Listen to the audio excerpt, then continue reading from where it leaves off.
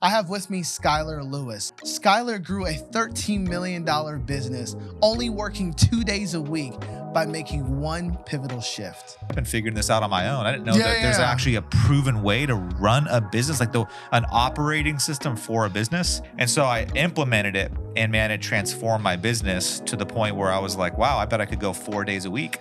So I did that for a year. I'm like, if I could do 4 days, I bet I could do 3 days.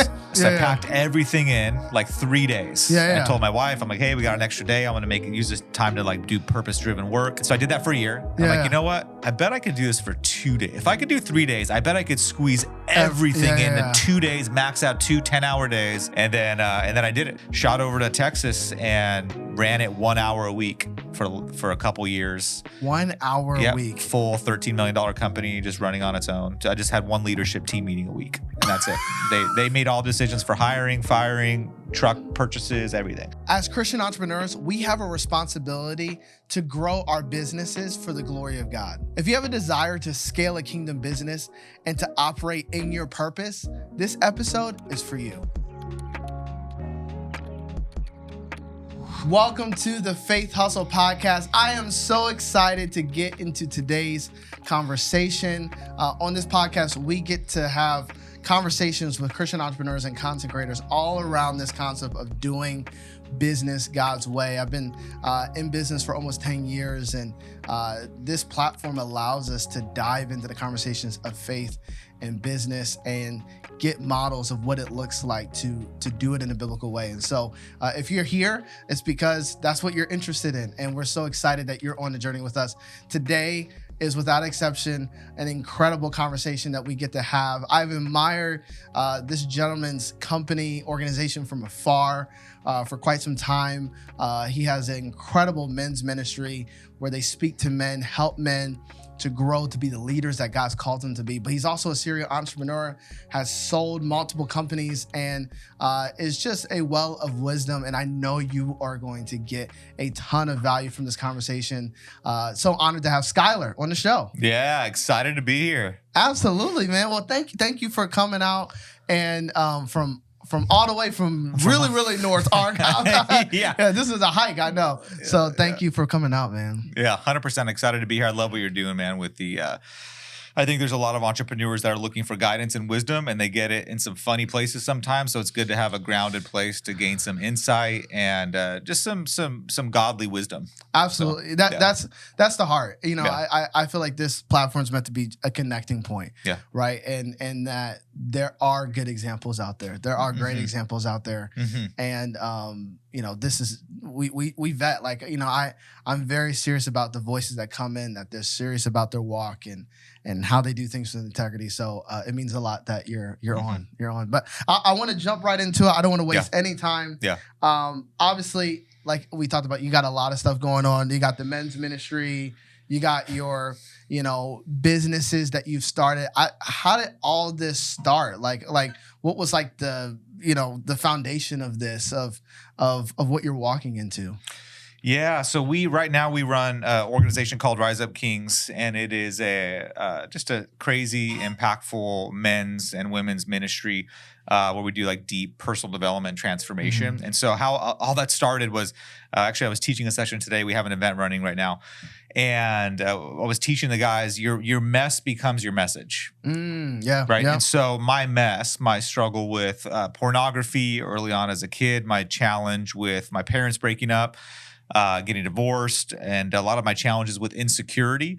Those things caused me to become the man that I am, but I used to keep them in the dark and kind of hide that stuff. And that's exactly where Satan wanted me. And so as I struggled, as I navigated through breaking free and living in freedom, like Christ says we have the ability to, but what I found is a lot of Christians do not live in freedom. Yeah. As I struggled and found my way to freedom, I decided I want to help more people step into freedom and step into a new level of freedom, but not only freedom, but power in their results, right? Because as Christians, I do believe we should have better results than this world. Right? Come on. Meaning running better businesses, more profitable businesses. We're giving more money away. Yeah. We just run better lives than the non-Christian.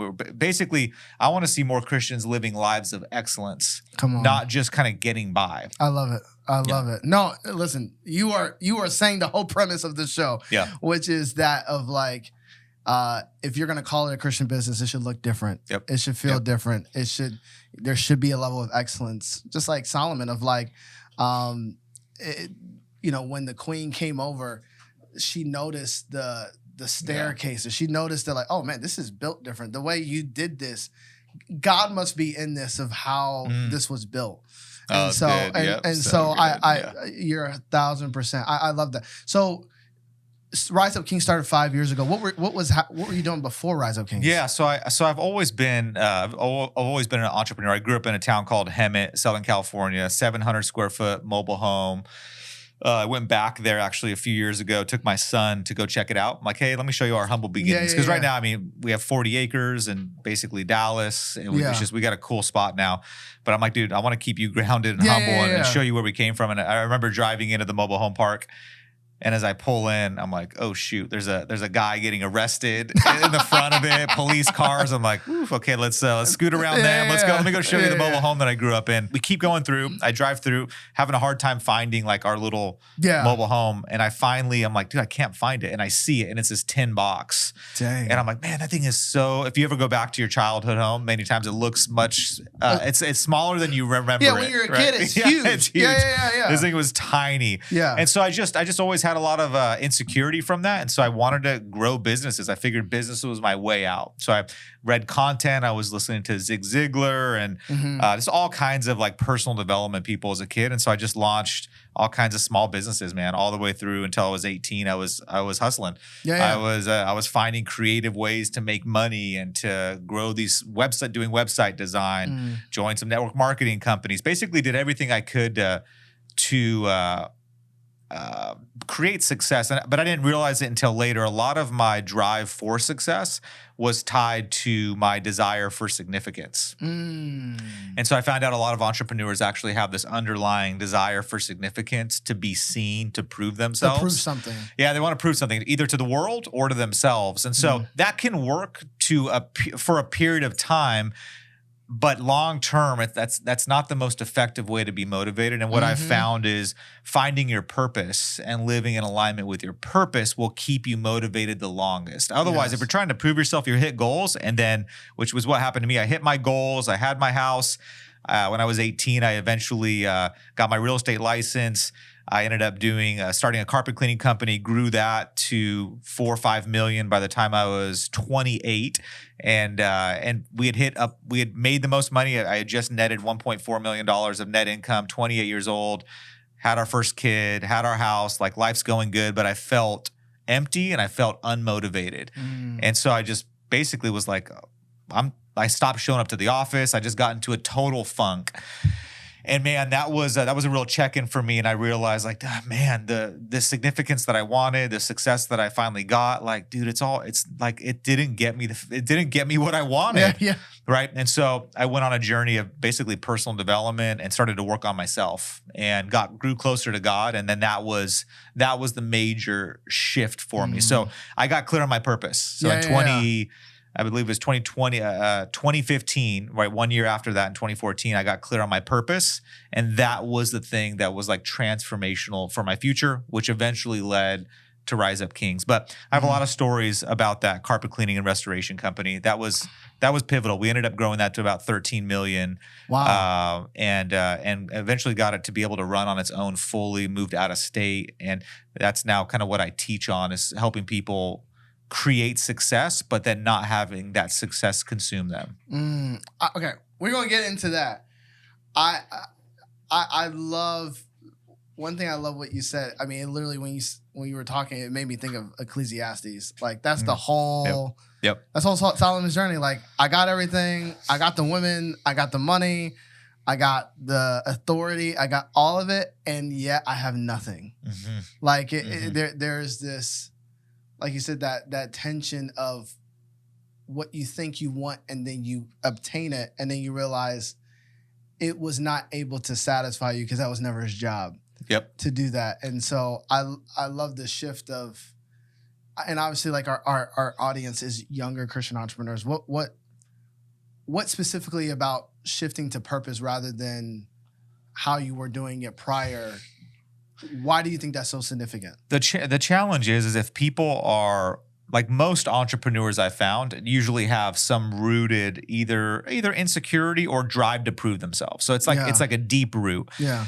And so being purpose driven is much more effective long term. So, and the challenge is though that people, you can tell them to do that, but they're still going to go drive for significance, to build a successful business for maybe the wrong reasons, but they don't know they don't know why they're motivated to do it. Right. So I think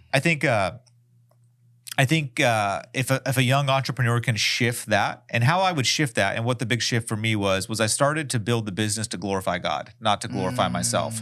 So I got really clear that I want to build a business that makes an impact in the kingdom. And so as Christians, I didn't know you could do that though with a secular business or in the business space. I didn't know you could build it to glorify God.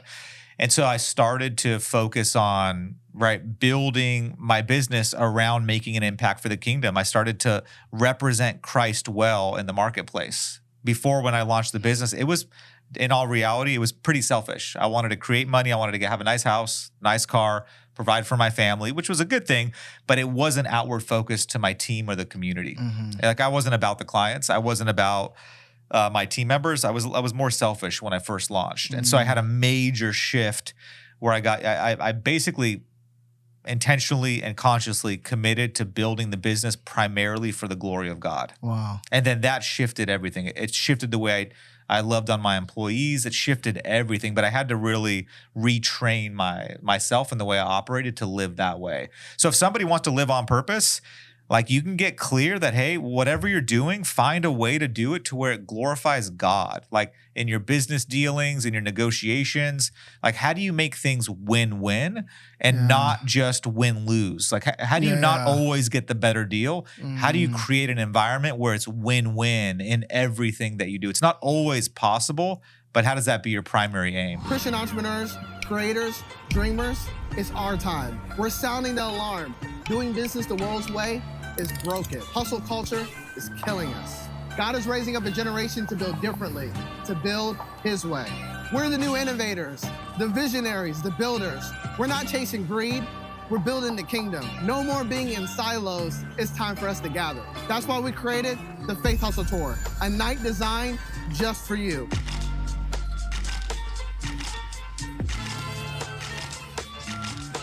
A night to network, to learn, and to grow.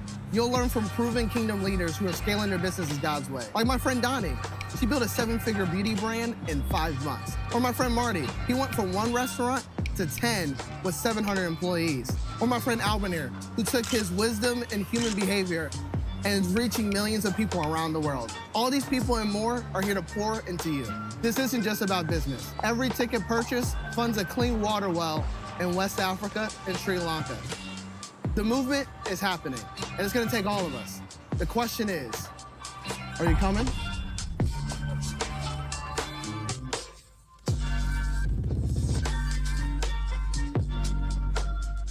What does that practically look like from how you were doing it then to the switch to when you work? And I think it's very powerful, and the reason why I think this is really important for this audience to understand. You know, when it talks about the 2 houses, right? One's built on sand, one's built on rock. The interesting about that parable, both houses look fine until the storm came. So like the very motivation, the very thing that, like you said, doing it for significance, doing it from an insecure place, it actually can work. Like it worked. Like you built it. You know what I mean? Like it wasn't like it was unfruitful if we wouldn't even call money fruit. But you know what I mean? Like it worked. And so that's a hard switch for some people to be like, well, the thing that gets me going up in the morning is this thing of like, I'm proving to my dad or to my mom or this person that counted me out. And it's like, we all want to be like we all live in a creed, like a movie in our head. You know what I mean? It's like, that's what motivates us, get us up to go. I think the fear is that if we don't have that motivation, we're not going to be ambitious. Yes. Right. At the end of the day, it's like, if I'm not driven by these things, am I really going to go create success? And that's kind of a fear. Like, we don't know. Like, if I just, like, what's going to motivate me then? Like, is God, doing it for God really going to get me to wake up and grind every day to create success? And I would challenge the people listening to this. Yeah, it is. It's going to take you a moment. You may lose some motivation when you make this major shift. And man, you are going to be way more fired up when you know that the things you're doing are in alignment with the kingdom. So it'll take a moment to it's like shifting out, being driven by one kind of battery to another kind of battery. You might have to take some time to recharge this new version, but then once you get it, it is a much more powerful battery to operate yourself off of. Right? Absolutely. And so I think, and then also what's interesting is like there's a lot of people that aren't maximizing their God-given gifts. So there's going to be people listening to this that, like, I want to see more Christians successful. Like, absolutely. I really do. I want to see more Christians wealthy, taking care of their families, really like doing well. And because I think the world, it represents God well. Like no, but like, who wants to be like a broke? Okay, so you got two versions of Christians, right? You got version one, broke, struggling, in debt, overweight, right? Stuck in his marriage, it's passionless marriage, but loves Jesus. Yeah. It's like, who looks at that guy and goes, you know what? I want what if that's what it means to be a Christian, I think I want that. I want that. Right? They look at the guy that's like what we call a 4-pillar man, which is faith, family, fitness, and finances. So this is how I've organized my life in that order, right? So we want to live an ordered life, and we believe the proper ordering is faith, family, fitness, and finances. So fitness is a key part of of living an obedient and excellent life. Absolutely. And so we want to develop more 4-pillar men and women that when the world looks at them, they go, wow, cool. The way that guy loves Jesus, but he also has a successful company, and he gives a ton of money back, and he's taking care of his body, and he has great passion in his marriage. Like, you know what? I want that. I feel like that represents God the best. And so I was thinking about the parable of the talents. Were such a great parable. Of course. And so Christians are underutilizing their gifts. They are not representing Christ well. So the parable of the talent, there's a master. He walks up to his 3 servants and he says, "Hey, you know what? I'm gonna take off. You got you're getting 5 talents. You're getting 2 talents. You're getting 1 talent. Go get a return on investment." The one guy goes and he gets a return on investment of 5 to 10. The other guy goes to 2 to 4. The other guy, what does he do? Yeah. He buries it. He buries the talent. Master comes back and says, "Hey, great job getting an ROI." And then on the 5, great job on the 2 to 4 getting ROI. Hey, you, the one that did 1, you buried that talent, and he called him, "Oh, you wicked servant, you wicked servant." But what did he do? He just kept it safe. Yeah. Like, so the guy that keeps his talent safe and doesn't take risks is the guy that the master, our Lord, calls wicked servant.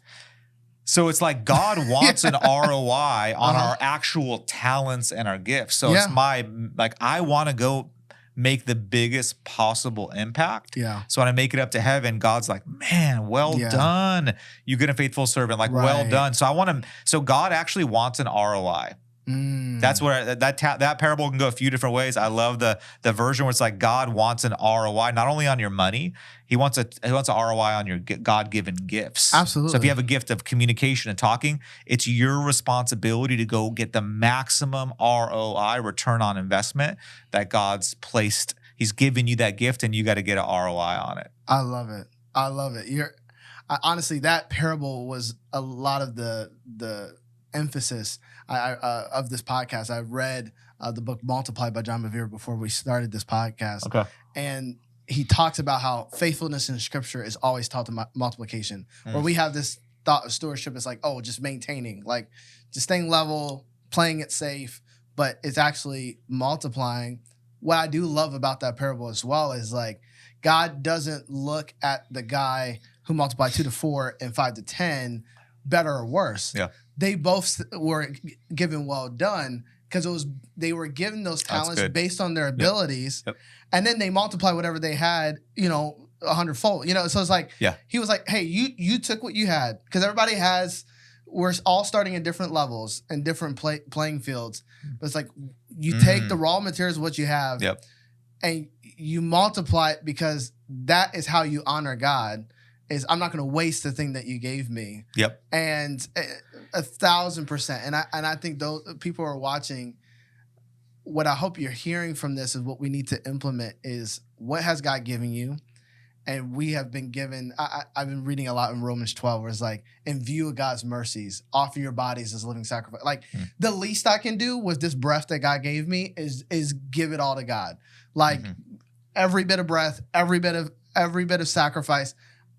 I'm not going to waste this life that God gave me. And what does that look like? What does living for Christ look like in sacrificing all of yourself? It looks like developing skills. Yeah. Right? It looks like not watching Netflix and not sedating with social media, but it looks like developing key skills that will allow you to multiply. Yeah. Does that make sense? Absolutely. Right? So a lot of people, we get stuck on that. Like giving our life is being outward focused. Why? Now our aim matters. Yes. Why we're developing skills matters. Is it for our own good? Or are we genuinely like, hey, Lord, I want to sacrifice myself, and I know that I can be the best use for the kingdom when I'm skilled. Yeah. When I'm skilled and when I've developed myself. And I think I was doing a mastermind call with some of our group coaching stuff. Clients, and we talked about how to maximize results in life. Number one is you got to get a clear vision of where you want to go, right? Really important. Number two is you have to start developing skill sets that align with that vision. So like, what do you have to cut out? I had everybody pull up their phones, look at their screen time, and show me how much time they spent on social media on their phone. Like one guy was like 14 hours in like a short period of time. So in a day? Yeah, no, it's probably, I don't recall exactly what the Gotcha. but it was significant. I think it was actually a week, but I believe it was one platform. So this guy though, I know him personally. Yeah. It's actually my nephew. If you're watching, Jacob, I love you, buddy. But I bet he probably spends 4 hours a day, like on social media. But man, that 4 hours could be spent developing skill sets that could transform his entire life. So number two is really like skill acquisition. Like we really have to go master some skill. Something. What does it look like? Hey, at night, go focus on developing a skill that will transform your life, whether it's speaking, content creation, marketing, sales. Like we really got to spend the time to develop those skills if we want to be used for God. Like he has opportunities available, but he wants us prepared. Absolutely. Like we'll get more. I get more opportunities now that I'm prepared than I ever have when I was just hanging out on the sofa, messing around at night and just doing stuff up to no good. So I think that's critical. And then number three was dedicating. We call it CCE. Consistent, concentrated effort, which is like committing time to go dedicate effort on one thing. Love that. Right. So for me, that was writing a book. Like I got really good at scaling businesses and helping other people scale business. So I wrote the book, The 2-Day CEO. But man, I had to dedicate a year. But guess how long that book will benefit me for? I mean, decades, I have to imagine. Forever. Yeah. So until I die, I'm going to have that book. I'll be able to give it out. I'll be able to talk about it on podcasts. So that 1 year of dedicating 2 hours a day for the rest of my life, I'm going to get an ROI on it. So that, like, man, we got to spend a little bit more time because a lot of the younger generation and older will dabble in things. Jump over here. We don't go all in on anything. Man, you go dedicate some focused effort on something that will produce a result for you, whether that be a book, learning speaking, learning sales. Like go commit yourself to something and put some concentrated effort towards it. I love it. We had an episode. All this is just, I'm soaking it up. It's so good.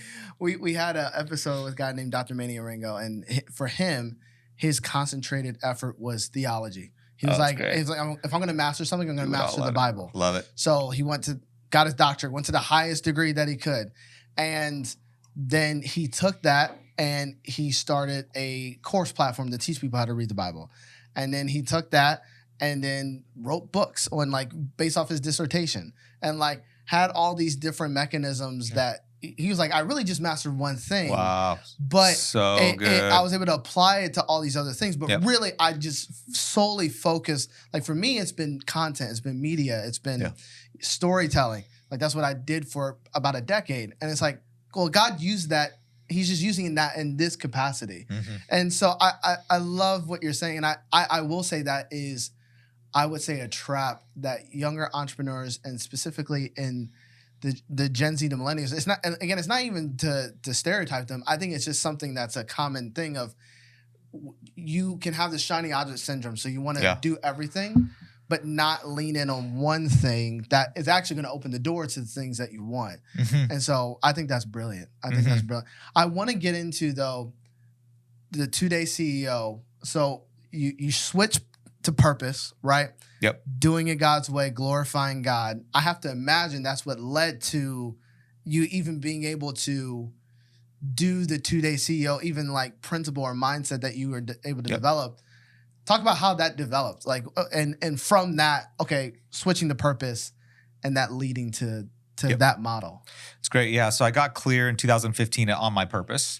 So my purpose was to inspire others to reach for excellence in their lives through personal development and a closer relationship with Christ. Love it. So I've known my purpose for the last 10 years straight, like very clear on my purpose. And so I started to bring that to my team. So I had team members at Superior. I started coaching them, like helping them buy houses, like go setting goals with them. Like I was like helping them level up because I got clear. Like that's why God has me on the planet, is to help other people level up. I love that. And so I started doing that. And next thing you know, as I started coaching my team and developing them, like they started to become really effective and really good, to the point where I was like, my passion's no longer in restoration. Restoration's like water and fire damage. A house floods or catches on fire, right? We go and clean it up. Yeah. And so I'm like, you know what? Like I'd rather not be doing this. I want to go make an impact more full time.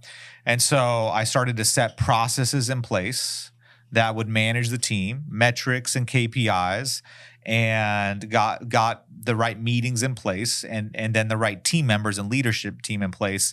And then I basically built this model. And by the way, I didn't realize there's a proven way to run a business. So I didn't learn it. So I hired coaches in 2015, a couple very expensive, some of the most expensive coaches, to help me figure out how to get this business ready to be sold. I thought I wanted to sell it. Yeah. And then the guy's like, hey, by the way, this is a proven way to run a leadership meeting. It's a proven way to track your metrics. Here's a proven way to do all these things. I'm like, wow, like I've been figuring this out on my own. I didn't know that there's actually a proven way to run a business, like an operating system for a business. And so I implemented it, and man, it transformed my business to the point where I was like, wow, I bet I could go 4 days a week.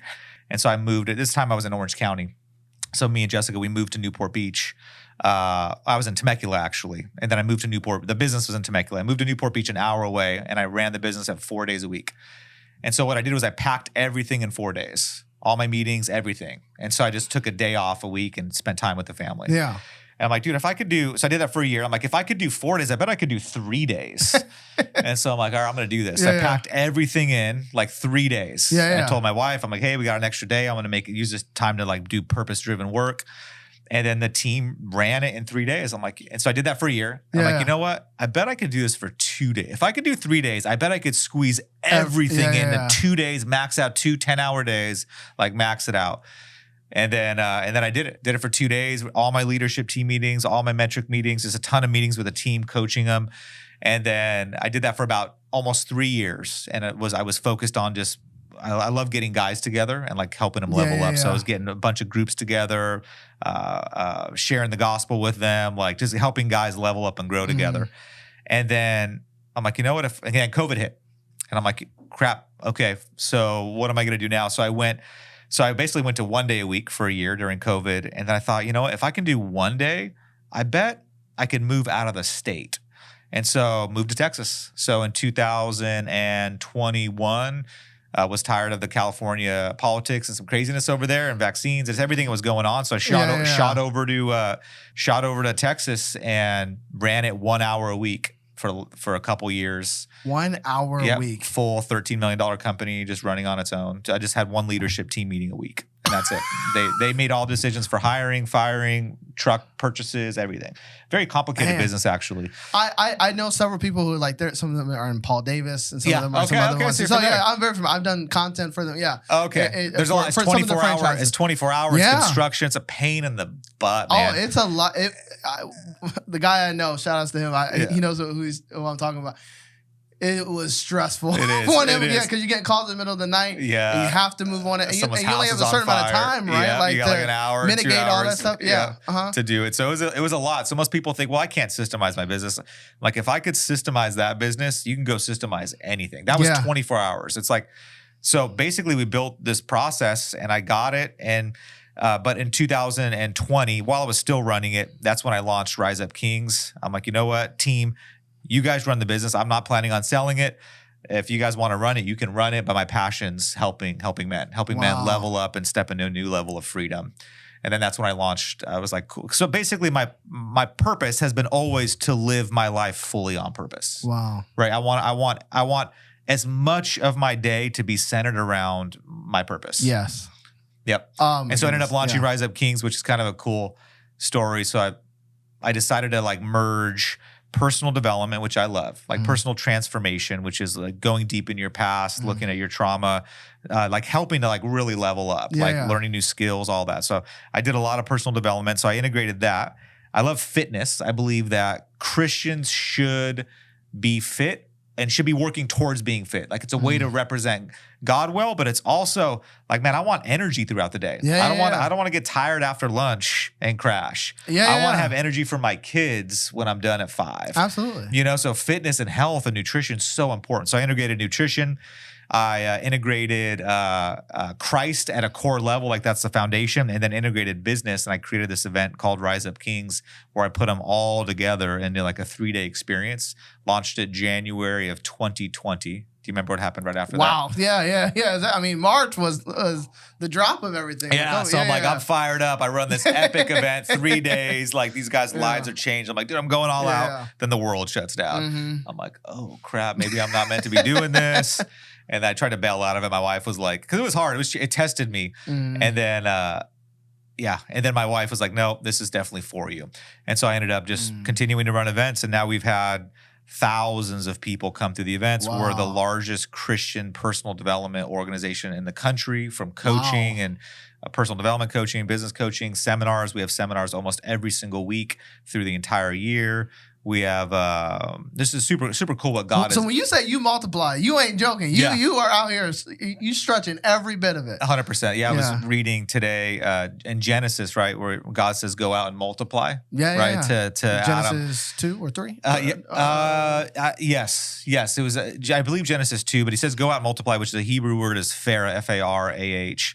And that word means to go out and like bear fruit and multiply. And like, that's what we're called to do as Christians, is to go out and bear fruit and multiply like what God has given us. And so I love what you're doing. And man, I'm completely committed to doing that, but also helping other people do that. And we're in alignment with our passion there. Amen. Man, that's it fires me up. It's funny. It was this year, you know, I'm in a year and a half in of starting the podcast. And obviously, like, you know, first year, you're trying to get your feet wet, but we came out full swinging.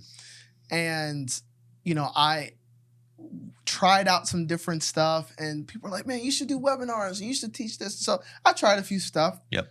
Hated all of it. Oh, it was awful. I made some money, but I did not like it at all. And then the Holy Spirit was like, you're sitting on gifts that you're not even utilizing.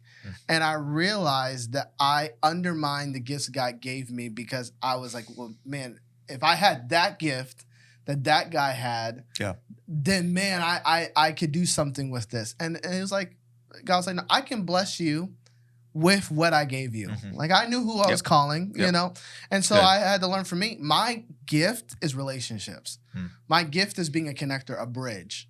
And my gift is encouragement. And so I'm like, what am I doing trying to build a coaching business for? I'm like, all right, let me utilize this. So we start doing events, and then we started building up, you know, the online community. And now, you know, we're working on this tour and all these different things. And I'm like, okay, let me build a business model around my actual gift, not what I think I should be doing.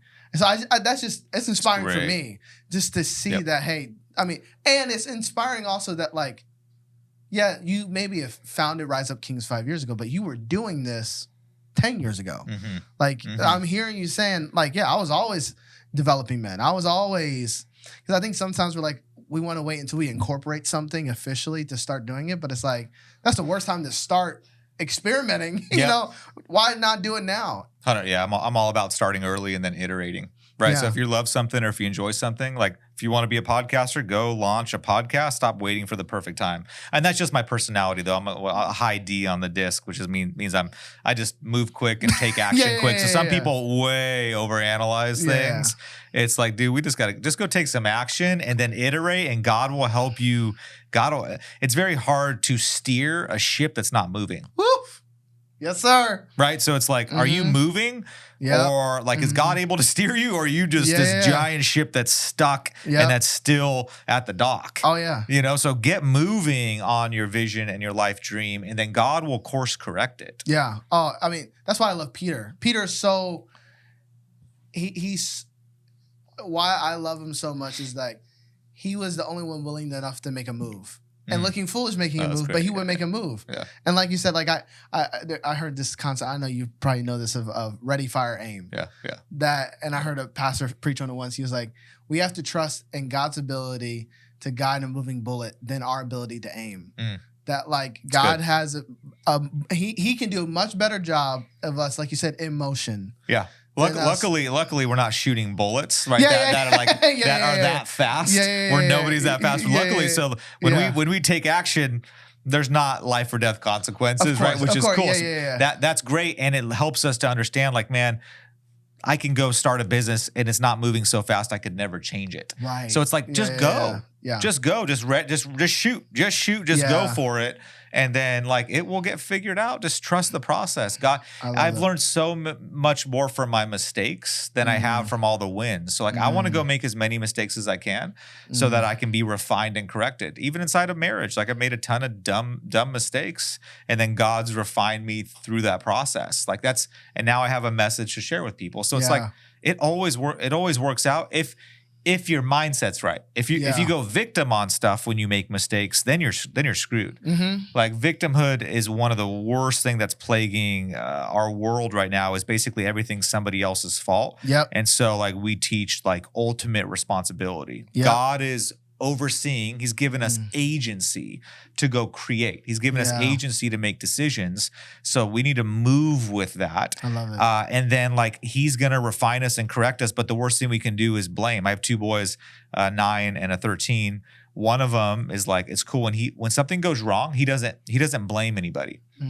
But when my 9-year-old does something that's like something goes wrong, let's say he falls on the ground or slips, he's like looking for something or someone to blame. I'm already seeing it show up. And by the way, victimhood is one of the biggest things that will stop entrepreneurs. Is basically it's somebody else's fault or it's somebody else's responsibility.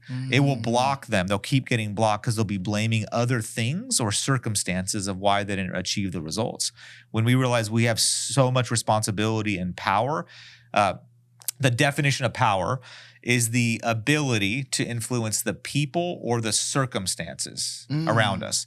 So a person that has power has the ability to influence entire life or world circumstances. Like we think, well, you can't influence circumstances.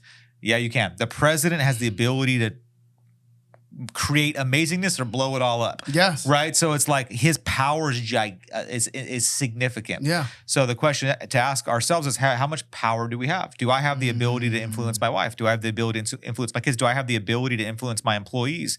Do I have the ability to influence the marketplace? How much power do I have? And by the way, guess where our power comes from?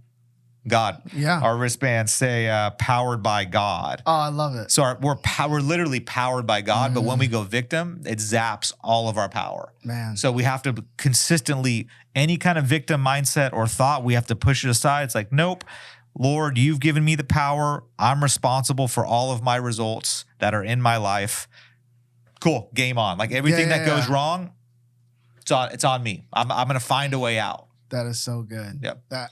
It makes me think of when Paul talks about like we can't use grace as an excuse. Oh, yeah, like you know what I mean? Where it's like, hey, just because yes, there is grace, but there is personal. That's why self-control is one of the fruit of the spirit. You know, it's like I do have. It's funny at my church. Our word for the year is power. Funny enough, Okay. And it's like He gives me the power. That's great. To walk in righteousness. He gives me the power to choose wisdom. Are we always going to get it right? No, but I am not. I was incapable before Christ. And it's like, I think sometimes we don't recognize what happened on the other side of the cross, as you mentioned. Like, no, you have now been in the same spirit, as Romans 8 says, that raised Christ from the dead, lives in your immortal body. Like, it's taken up residence in you. You have the ability to conquer something. And the biggest is your flesh, right? It's your mindset, all these different things. And, you know, we overcome by the blood of the Lamb, all these different things. But like, I think this is such a challenge for us because I don't know if we put that into action. And I do think. Well, it takes work. Like a lot of people, you're not going to become refined and forged by sitting on the couch or by not putting in the work. So like 2 Timothy 1:7 says, where the Spirit of the Lord is, there is freedom. So it's like the Spirit's there. But man, we got to activate it. We got to refine ourselves, and we still got to develop skill sets, develop discipline, develop character, develop integrity. Like all this stuff has to be developed. We just don't get it. When you become a Christian, a Christ follower, man, he doesn't remove all of those old neural pathways and habits. I wish he did. Right. But like when you become a Christian, it is a grind and you got to work those things out. And he gives us the power to, but he doesn't remove all that stuff. So it's like, that's what a lot of Christians miss and why so many of them stay stuck in addiction or limiting beliefs or limited results is they don't realize that God's given them so much agency, but it's up to them to go change it. And I think, and that scripture is Corinthians. We were talking about the freedom, and I think Paul says it too. Like, work out your own salvation. With fear and trembling. Like, hey, this is the sanctification process. It's going to take some muscle, some work. And these last 5 minutes that we have, I'd love to hear. I mean, for me, I love to hear some of the impact stories of some of these men who've gone through Rise Up Kings. Like you said, it's the largest Christian professional development organization. I'd love to hear what's the I guess the key phrase that you hear or the theme of transformation in the men's lives. Man, so many guys come through our events that are I think a lot of them resonate with my story.